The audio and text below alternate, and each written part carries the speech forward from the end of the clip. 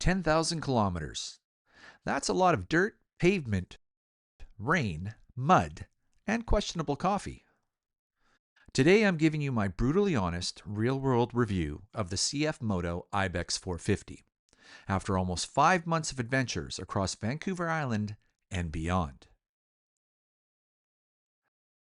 Is it a budget beater ADV beast, or a bike that cuts corners to keep the price low? Well, let's get into it.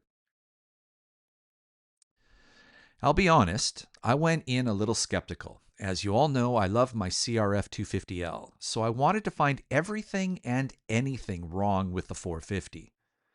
But this thing's been solid. No electrical gremlins, no mystery rattles, no uh-oh moments in the middle of nowhere. Now, CF Moto isn't exactly a household name in the ADV world here in Canada. At least it wasn't. That's changing fast. So the fit and finish? Well, surprisingly decent. It's not BMW tier polish. But it's not farm equipment janky either.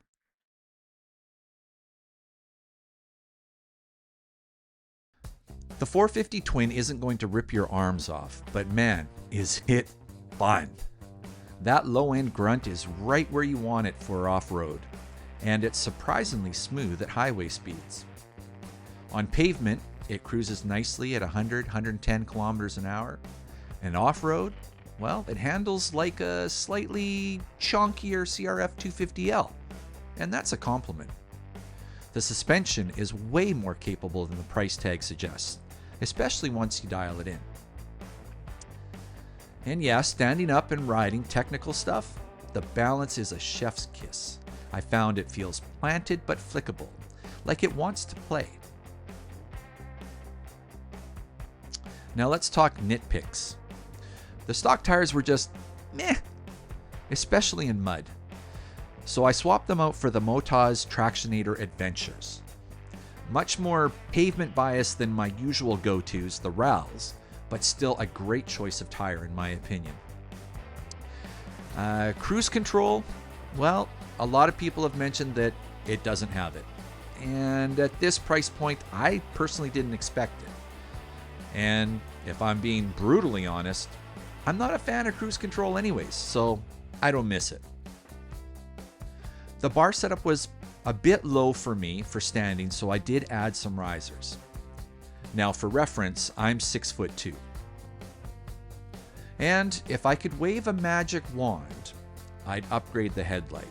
It really doesn't do too much at night. Not a deal breaker, but worth mentioning.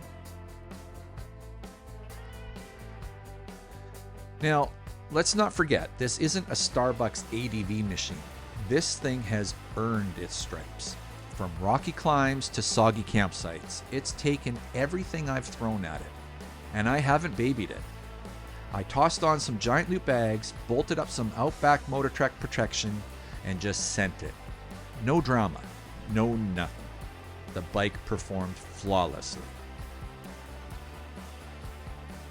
For the price, you get fully adjustable KYB suspension, a 5-inch TFT display, a slipper clutch, and a bike that's ready to go right out of the box.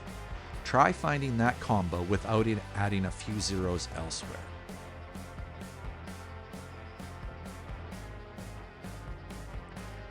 Sure, you're not getting premium components or big brand clout, but you're also not emptying your bank account.